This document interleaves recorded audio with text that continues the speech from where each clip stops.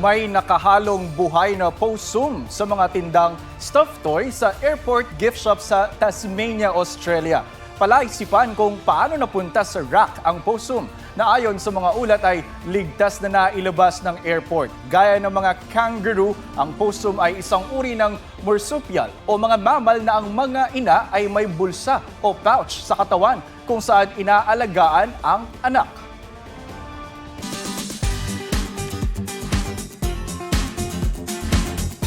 Hindi na lang beauty and brains ang labanan sa mga pageant.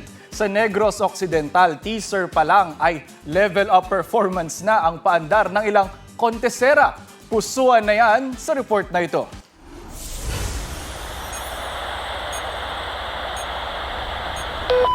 Ladies, your mission begins.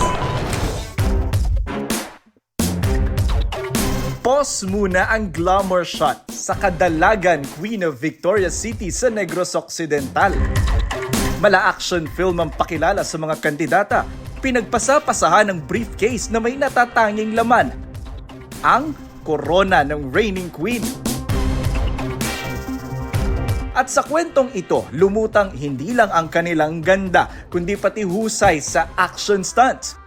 Walang stunt director sa produksyon. Lahat ng ito nabuo sa ilalim ng vision ng mga videographer at sa dedikasyon ng mga kandidata. Iba naman ang tapang na ipinamalas ng mga kandidata ng Diwata Sangkali ng Don Salvador Benedicto sa Negros Occidental. Sa temang tribo, binigyang buhay ang angas, tatag, at kakayahan ng mga kababaihan sa kanilang pamayanan. Mula sa pangingisda hanggang sa pagsisibak ng kahoy. Kaya rin nila ang gawaing karaniwang iniuugnay sa matitinding pagsubok sa buhay.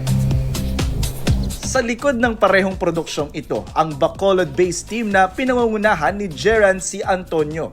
Inabot daw ng halos 12 oras para sa konsepto at kalidad ng presentasyon. Kaya hindi nakapagtatakang hinangaan ang mga ito online.